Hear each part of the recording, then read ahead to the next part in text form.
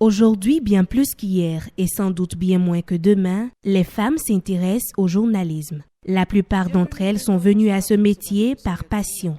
J'ai toujours voulu faire du journalisme et principalement de la télévision. Je voyais mes grandes sœurs, Pélagie Soloté, Betty Kessou, Chantal Mélé, Annick Ballet, Jemima Katraye, dans le temps, je les voyais. Ça me donnait envie de me retrouver aussi de l'autre côté. Quand j'ai eu mon bac, j'ai eu la chance de pouvoir suivre une formation en journalisme.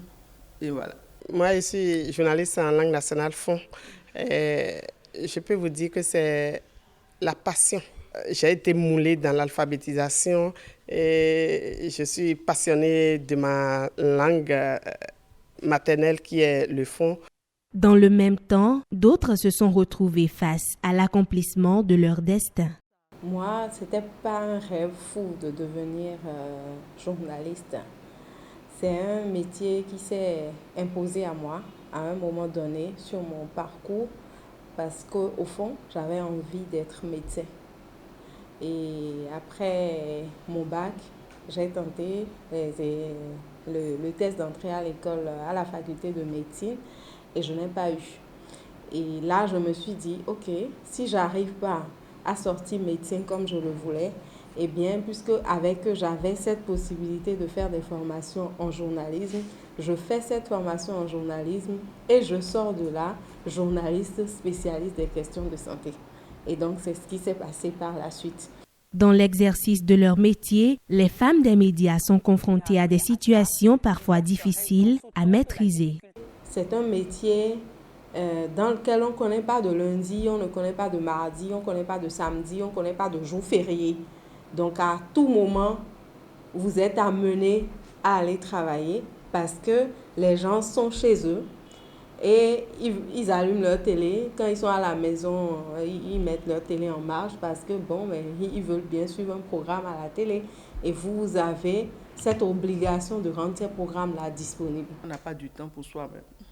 On n'a plus réellement du temps pour les amis comme il se doit. On est dans le monde, mais parfois on est coupé de notre propre monde. La famille vous en veut parce que vous ne pouvez plus assister à toutes les cérémonies, à toutes les manifestations. Pour la plupart, en tant que femme, on pense que vous êtes en train de vous la jouer.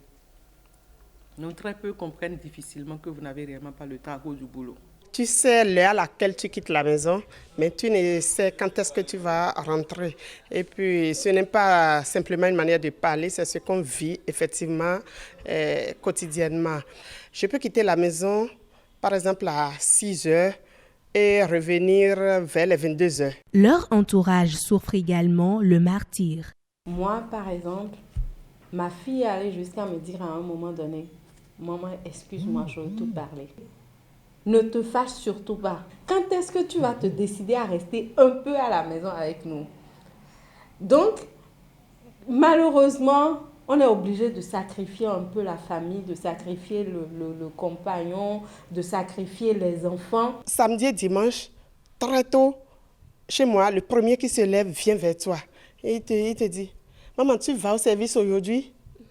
Et quand tu le regardes, tu vois qu'il guette la réponse avec une anxiété, disons.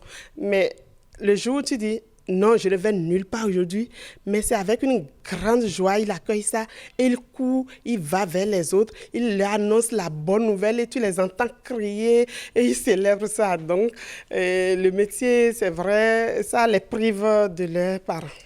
Malgré les surprises de toute nature auxquelles elles font face dans l'exercice de ce métier, les femmes journalistes se montrent dévouées, passionnées et déterminées. Pour l'amour de leur métier, elles sont prêtes à payer le prix.